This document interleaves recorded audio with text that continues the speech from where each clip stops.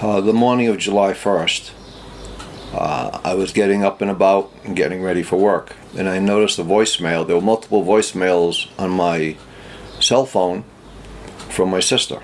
Now, my sister lives in Phoenix, and that's 3 hours earlier, and she never calls early. She only calls during the day, if she calls at all. We do email and whatnot, so I knew there was something going on. So I called her back, and 6:30, 7 o'clock in the morning, my time, puts her in the middle of the night, her time. And that's when she had told me what happened. How did she sound? I mean, what? She sounded as though she was frazzled. She told me that she was up pretty much all night. She had gotten a call from Sivia, and there were issues between the police to make sure that there was no bad business that went on, or that if it was an accident. No foul play. No foul play. Yeah, right. That's the word. No foul play. And she told me her goal was to get everything released so that he can be buried right away before Shabbos. My brother and I were very close. We shared a lot of private jokes between the two of us. All of us, four siblings, always shared some private jokes. Not all the same. We were very close. We Skyped not as often as we would like. My brother and I shared a lot of commonalities. We're both very mechanical. We both worked with computers, although most of the time he would break them. But he was very mechanical. He liked working with his hands, as I did, as my father did. There's a commonality between us. We were extremely close. Do you think you had the same type of sentiments in terms of like values? Do you think you had the similar values? He had more values than I did. That's the reality of it. And he had gone through a lot of different experiences through his life, where my life had been more calm throughout. Everybody goes through some difficulties.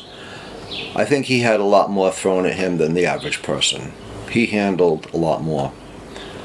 While he was in California, he met Rabbi Sina and his congregation, along with a couple other rabbis. He attended a couple of different shuls, and he started becoming involved, reacquainting himself and recapturing himself with his religion.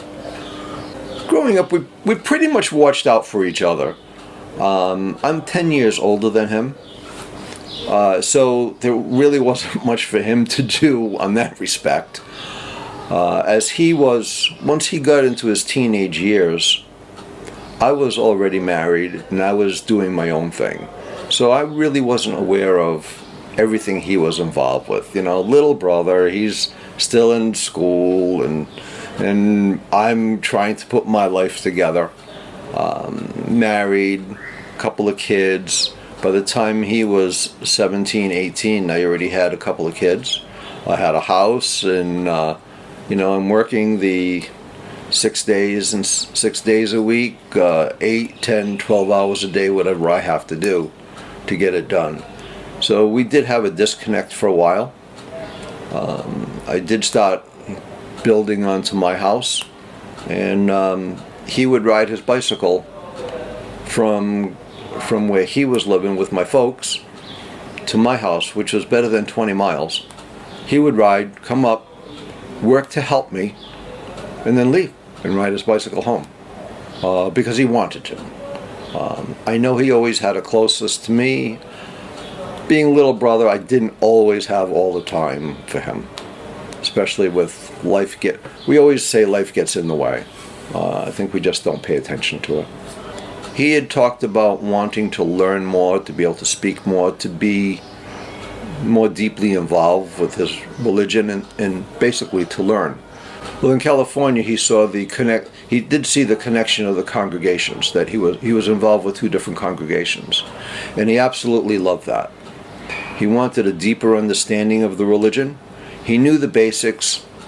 So I think he came here to Israel, to the yeshiva, to learn, to get a better understanding of how he can live a better life for himself.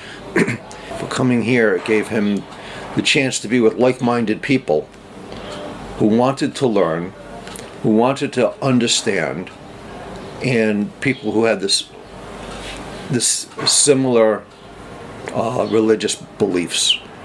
But he had told me of the classes.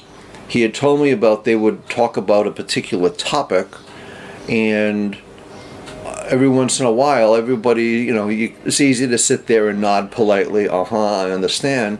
But if anybody in the group had a question, everything would stop right then and there, and they would really drill down until everybody's questions or thoughts on it were satisfied.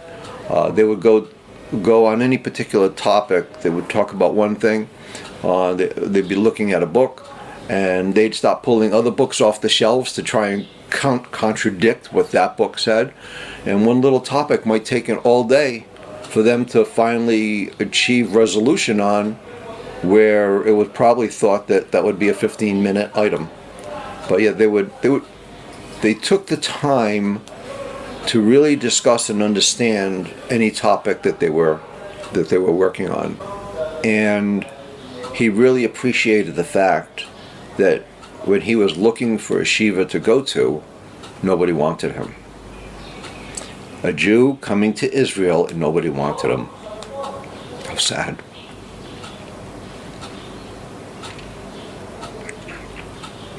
We need a minute.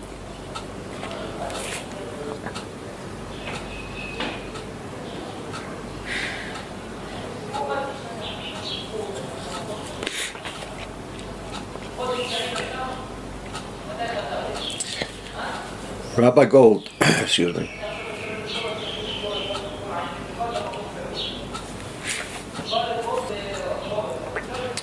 Rabbi Gold took him in because he believed, I know Rabbi Gold believes everybody who wants to learn should have that ability, should have the opportunity.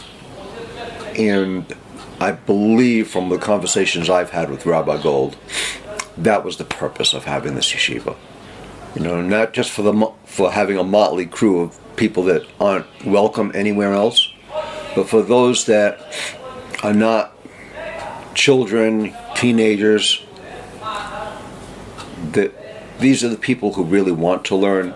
These are the people who should be able to learn. Right.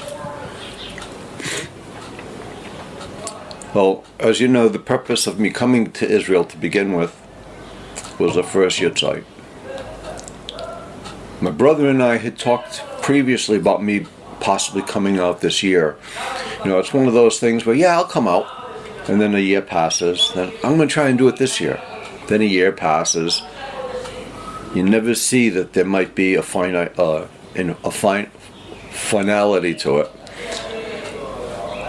So, unfortunately, he wasn't here when I came out here.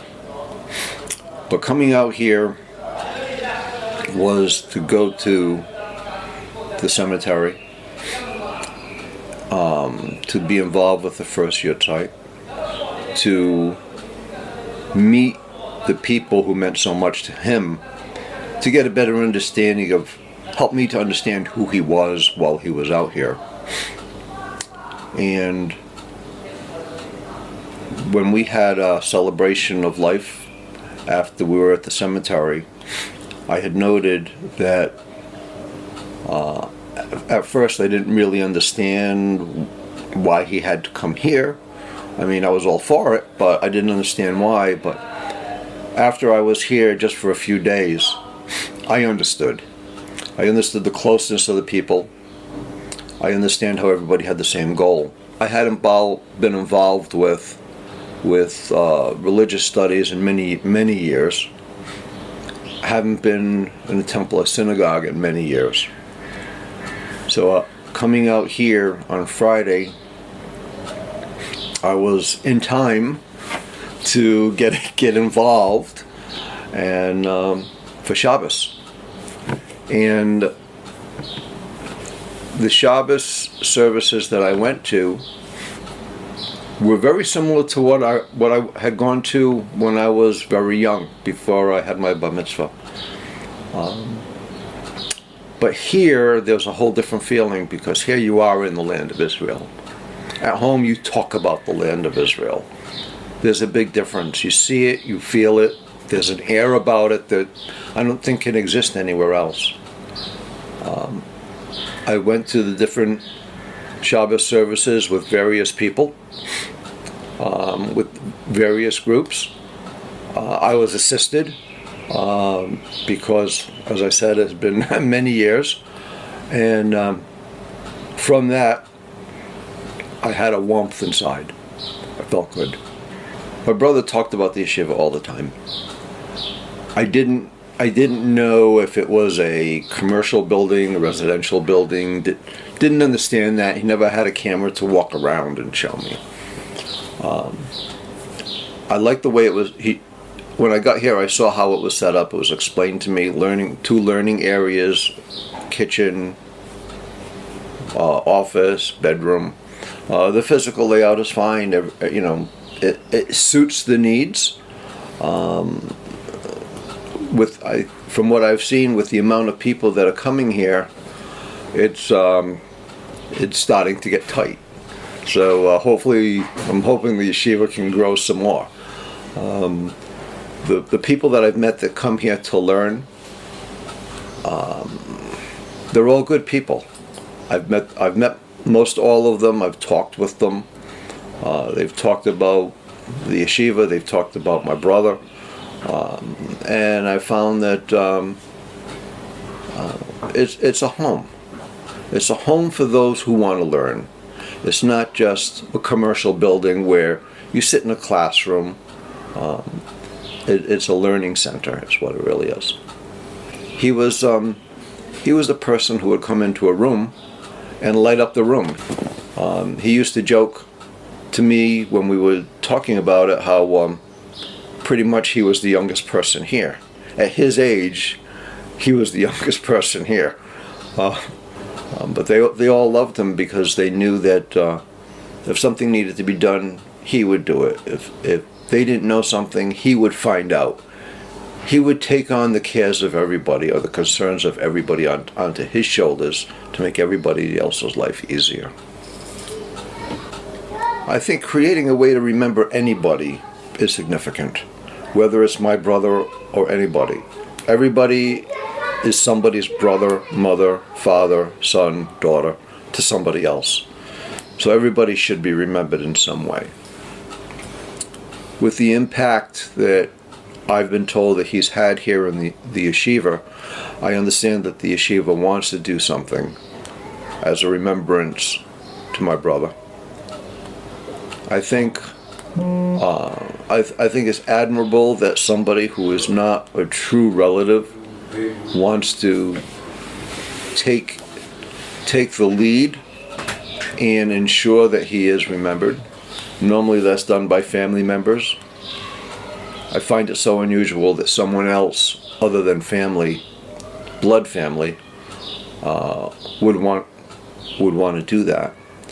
But because of the impact that everybody has told me they have had on his life, he has had on their life, I understand it more. And I think it would be a wonderful thing.